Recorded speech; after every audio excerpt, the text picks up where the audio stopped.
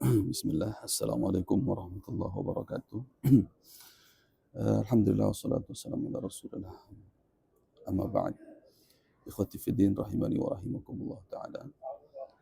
Di antara fawaid atau poin-poin penting sebagai ringkasan dari kajian dari kitab tafsir, yaitu tafsir As-Sa'di pada ayat yang ke-146, 147, 148,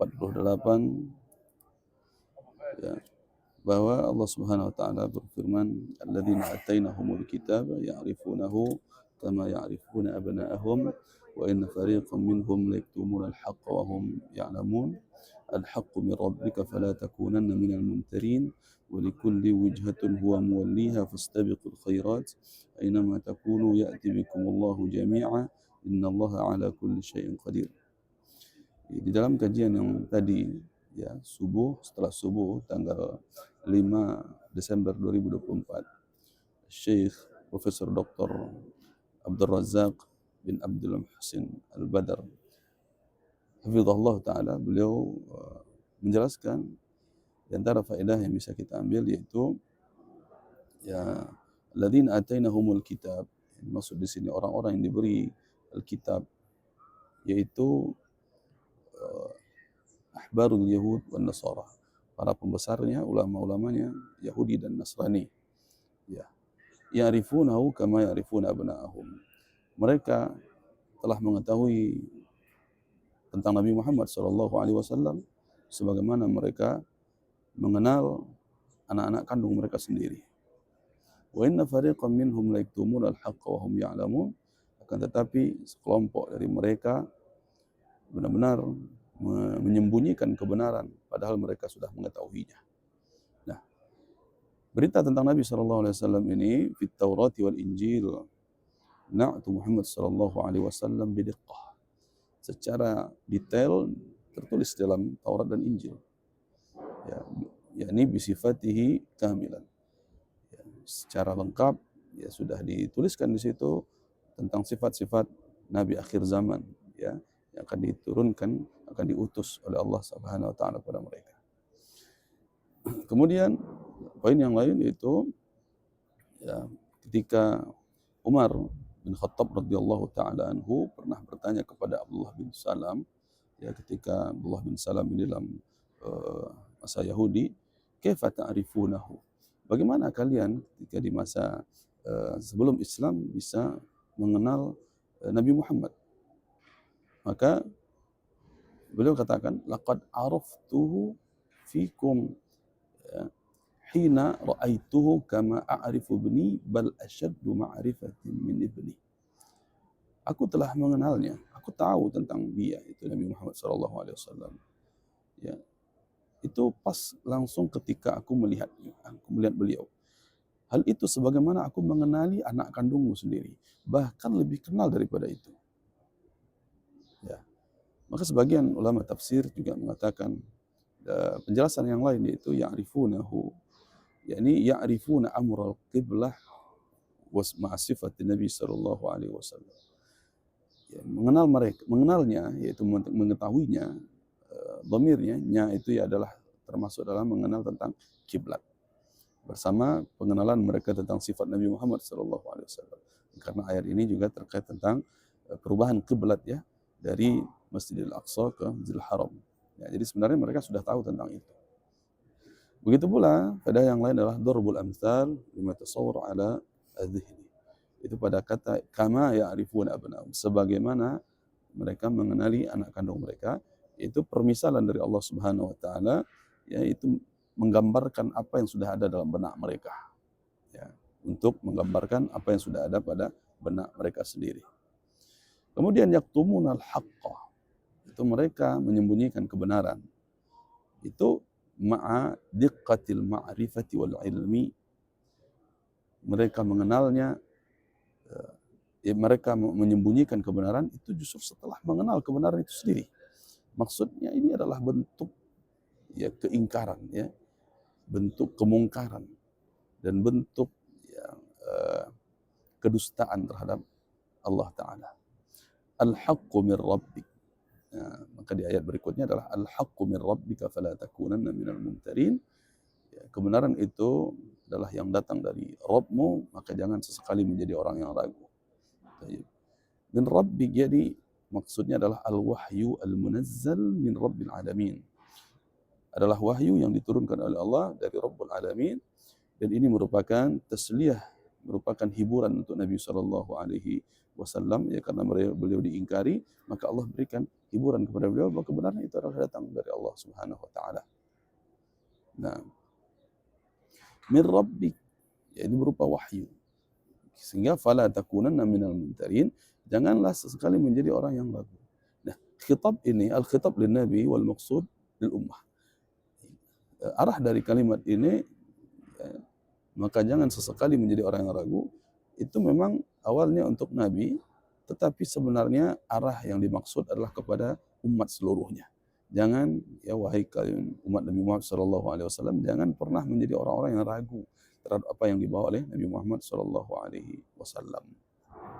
Nah, faedah yang lain, faedah penting di sini adalah meyakini kenabian Nabi Muhammad, ya, sebagaimana kita dilarang meragukannya, maka di dalamnya atau di baliknya terdapat pahala.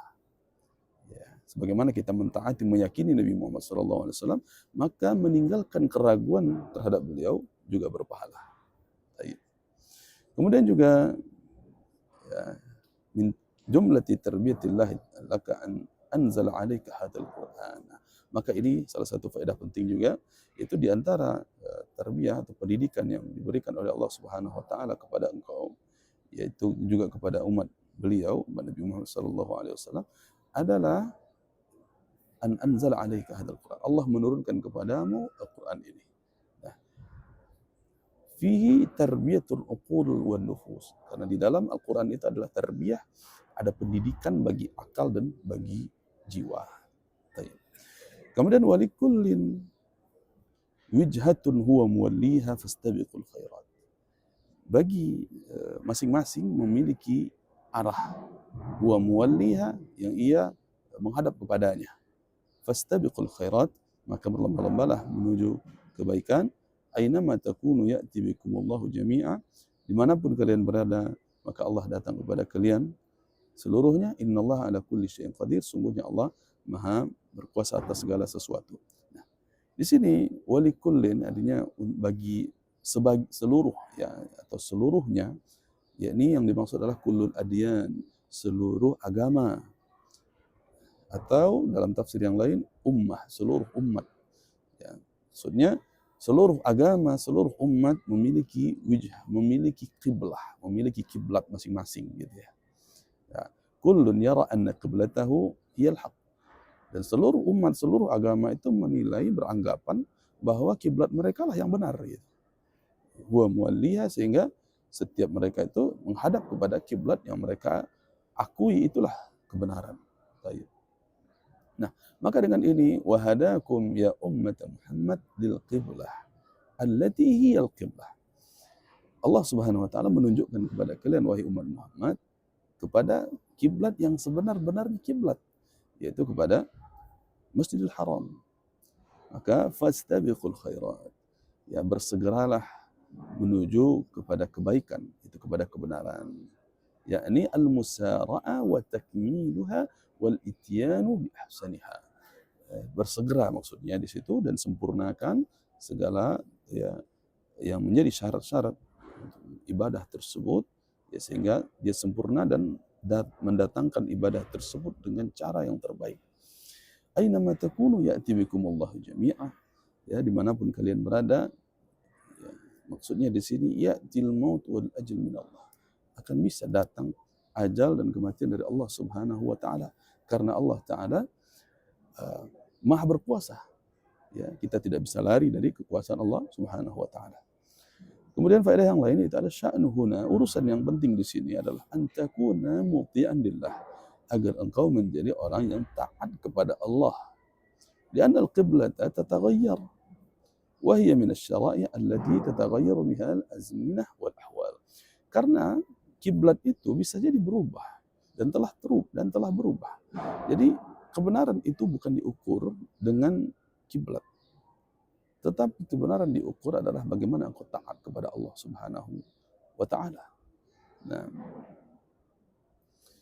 kemudian juga maka ini terkait dengan apa yang sebelumnya, ya, yaitu faqalu man ata'a Allah minas sufaha bal humus sufaha li'adami ta'ah.